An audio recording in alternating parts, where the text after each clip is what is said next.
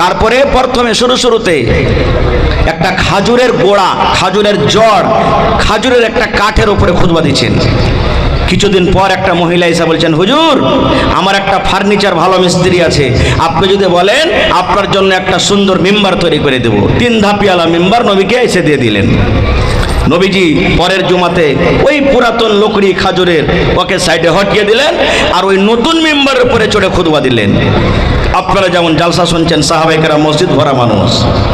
ওরে সুবহানাল্লাহ, নবী আমার যেমন খুতবা শুরু করেছেন, বাচ্চা যেমন কান্দে, সাহাবায়ে কেরাম বলছেন মসজিদের মধ্যে বাচ্চার কান্নার মতন আওয়াজ শুরু হয়ে গেল।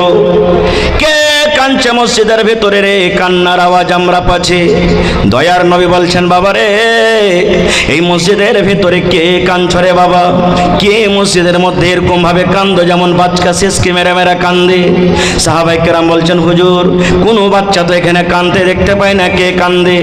আমার নবী নজর করে দেখেন ওই যে পুরাতন মিম্বার, পুরাতন খাজুরের গাছ, কোনো গল্প নাই, সহিহ বুখারী শরীফের হাদিস। পুরাতন মিম্বার, পুরাতন গাছ, যেমন বাচ্চা কান্দে বাচ্চার মতন ফুইলে ফুইলে ফুইলে ফেফড়া ফেফড়া কাঁদছে। নবী আমার মিম্বার থেকে নেমে গেলেন।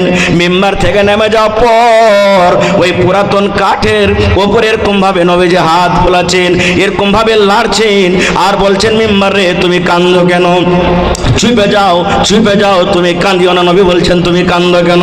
আপনি জানেন আপনি যখন শ্যামাপুর বাজার চলে যাবেন, আপনি কালিকা বুজু বাজার চলে যাবেন, আর আপনার যদি 5 বছর 7 বছরকার বেটা যদি বেটি বলে আব্বা আমিও যাব, আর যদি ছেলেটাকে আপনি না নিয়ে যান, বলেন আপনার ছেলেটা পারতে কানবে কি কানবে না? জোরে বলেন, কানবে কি কানবে না? আপনি 2 ঘন্টা পর যখন বাড়িতে আপনি এলেন, দেখছেন বাচ্চাটা কিন্তু কাঁদতে আছে।